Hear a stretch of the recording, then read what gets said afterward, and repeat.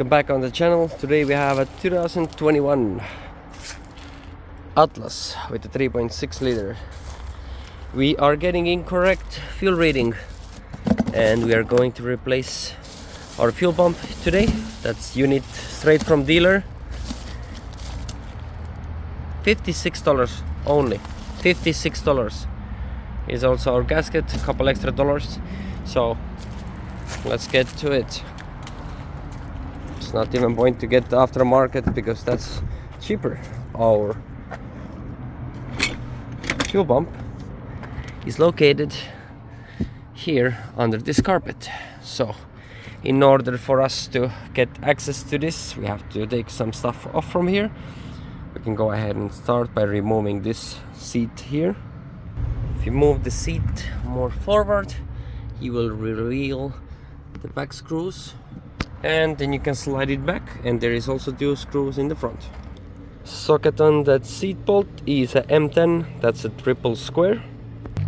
Passenger middle row seat is removed. Next up, we're gonna go ahead and remove this trim piece. That should just pry up. So right below, right in this area here, you can see there's a lead for the fuel pump. And you can do it two ways. You can locate where the pump is exactly and cut in a horseshoe, kind of letter C, into the carpet, pull back the carpet and remove your fuel pump. Or you can go ahead and remove the rear seats, which will allow you to pry up the carpet. So we're gonna measure where exactly it is, cut a letter C into it. Once it's put back, it's gonna be sitting under the seat anyway. Ain't nobody gonna see it. It's just the small cosmetics. And just like that, clean cut on the carpet, clean cut on the batting. We have revealed our cover for the fuel pump. Need two hands to pop this off.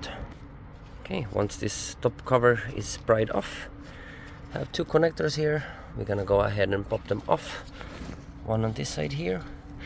I have to push this clip down and then pull it out. The other one seems to have a locking clip. Pop this one up and that should be released. I'm gonna go ahead and get the vacuum, get the pressure, the air, to blow all this dust out of there so there is nothing falling into the fuel tank. Now that this area is cleaned up, we're gonna disconnect the fuel feed line. There is a couple of push tabs. Get my tool in here. You can see push tab here, push tab on the other side. That needs to be squeezed together to release that line. Have some rags ready to collect any of the fuel that is spilling out from there.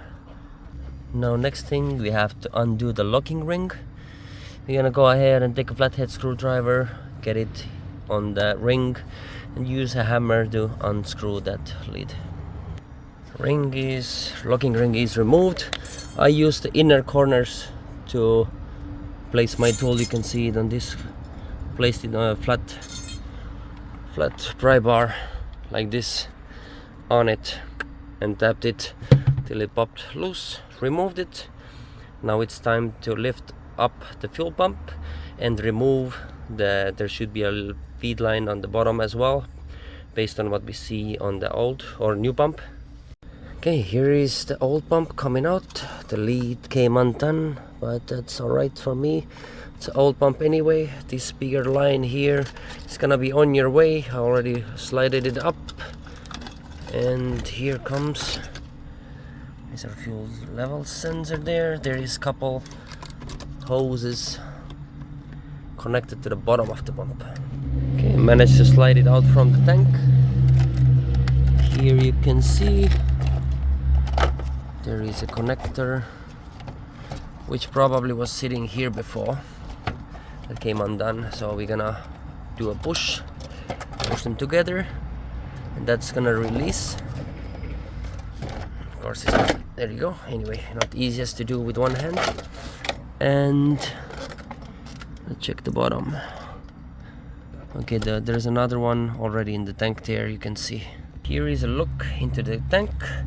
That's our quick connect that we need to connect to the bottom on the side, and here is the bigger line that needs to be put in on the side of the tank and locked in. As you can see, this comes up quite high, the other one as well, so these will allow us to do it while the pump is still out. You can see the big one goes on the side here, and there is a little locker that you push down to lock this big one in place, and this smaller one supposed to be here on the side. So let's get putting the new one in. Went ahead and inserted the big line. Now it's time to push the tab down and lock it in there, just like this. Okay, now the big one is locked. Now second one is our quick connect. Clicked in. Now it's time to start putting the pump in nicely and carefully. We don't want to bend this rod because that's gonna give us an incorrect fuel level in the future if you bend this rod. So let's be nice and gentle with it. So this line is connected, the level sensor slided in. Now we're going to turn it a little bit clockwise because that's going to give us a better angle to try to slide in, and you can already see the pump is sliding in the tank. So a little bit clockwise, plug on this side for now, and once we get it in, we're gonna go ahead and turn it to the original position. It's difficult to get it in. As you see, my top hose here is not even around the pump like it was before. I lifted it up a little bit more higher so I can push the casing of this fuel pump in, and once it's in, it will give me a clearance to push this whole fuel line in as well. And here we have it, back in original position. The lines are coming from this side here, and our connector was looking towards the front, and that's the position it should be in. Before we lock it in there, we need to go ahead and get our new gasket seated. Our fuel pump seal is seated, pump is slided in nice and evenly so it doesn't fold any of the seal. Now it's time to go ahead and put our locking ring back. I'm gonna hold it with one hand and gonna use the same technique I used to remove it. Tap it slowly back to seat it properly. That's seated. Release the bungee cord, release our fuel line, remove the protection nipple, and let's see, here is our wiring harness. Before I put this back on, I think it's easier for me to reconnect the pump harness and the harness. There we go. Come on, lock it in. Little click. And now go ahead, seat our line to the nipple, lock here. That's that. Now it's time to put this lead cover back on, make it nice and tidy. Lead is reinstalled. This one here too, just like this. Clean this one up, fold the carpet back to its position so it's not bulging. Need to get the vacuum in here, and then we're gonna be cleaning up this. And once this is properly cleaned, seated, if you want, apply some glue. If not, you can see how clean this cut is. We're gonna do the same on here, clean it up. You almost can't even tell that it was cut ever. So that was recommended by me from the Volkswagen dealership.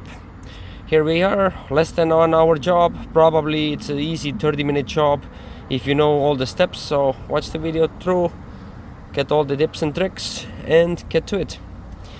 We're gonna go ahead and clean it up, reinstall our seat, put the trim piece back on, and we're done with this job.